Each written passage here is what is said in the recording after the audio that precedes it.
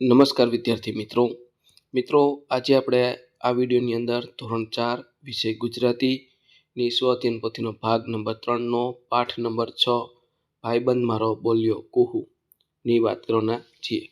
અહીંયા મિત્રો આ રીતનું પાઠનું સંપૂર્ણ સોલ્યુશન છે અને આવા જ સોલ્યુશન તમને મેળવવા માટે આપણી ચેનલને ખાસ સબસ્ક્રાઇબ કરવાનું ભૂલવાનું નથી। તો શરૂ કરીએ સ્વ અધ્યયન પોથીનો પાઠ નંબર 6 ગુજરાતી ભાઈબંધ મારો બોલ્યો કુહુ।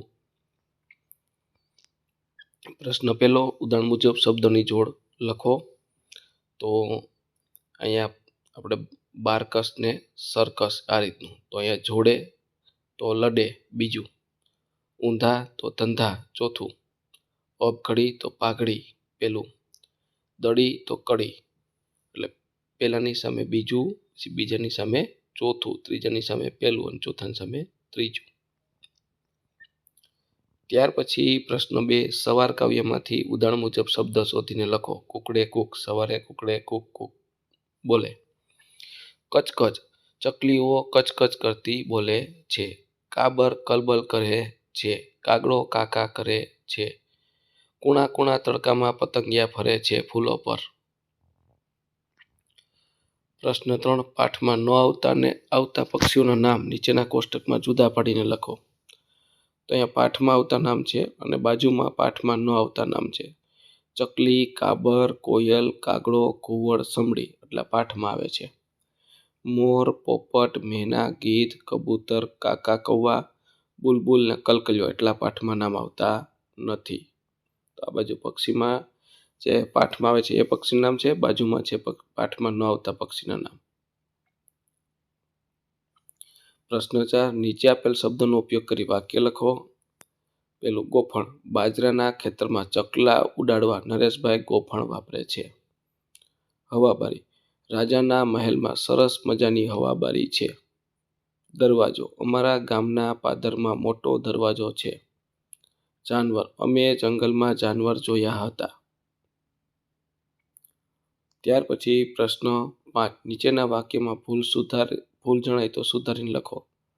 પહેલું, અમારી શાળામાં અમારો વર્ગ બહુ વિચિત્ર હતો। બીજું, બોધરાજની પાસે ગોફણ હતી। ત્રીજું, પથ્થર આ થાંભલાને વાગીને નીચે પડ્યો। ચોથું, અમારો શ્વાસ થંભી ગયો। પાંચમું, કાબરના બચ્ચા હવે કંઈક શાંત થઈ હતી। કાબરના બચ્ચાને હવે કંઈક શાંત થયા। ત્યાર પછી નીચે આપેલા શબ્દ સમૂહ માટે પાઠમાંથી શબ્દ શોધીને લખો। ન ગમે તેવું, ન ગમે તેવા વર્તન અને દેખાવડો, બદસુરત, આર પાર જવું, આગળ જવું, ફેદી નાખવું, છિદ્ર કરવું, ખૂબ ધીમેથી, ધીમે ધીમે, નવીન જાતનું તો નવીન।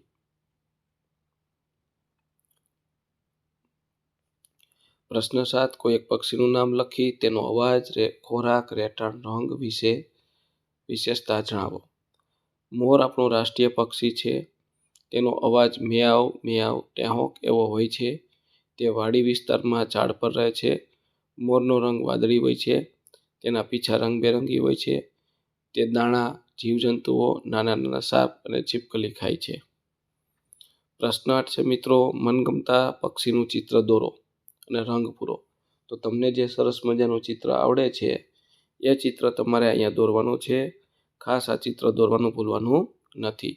અને મિત્રો, વિડીયો હજી લાઇક ન કર્યો હોય, સબસ્ક્રાઈબ ન કર્યું હોય તો ચેનલને સબસ્ક્રાઈબ કરી લ્યો, જેથી આપણે આ પ્રકારના સોલ્યુશન મૂકીએ તરત જ તમને તેનો ખ્યાલ આવી જાય।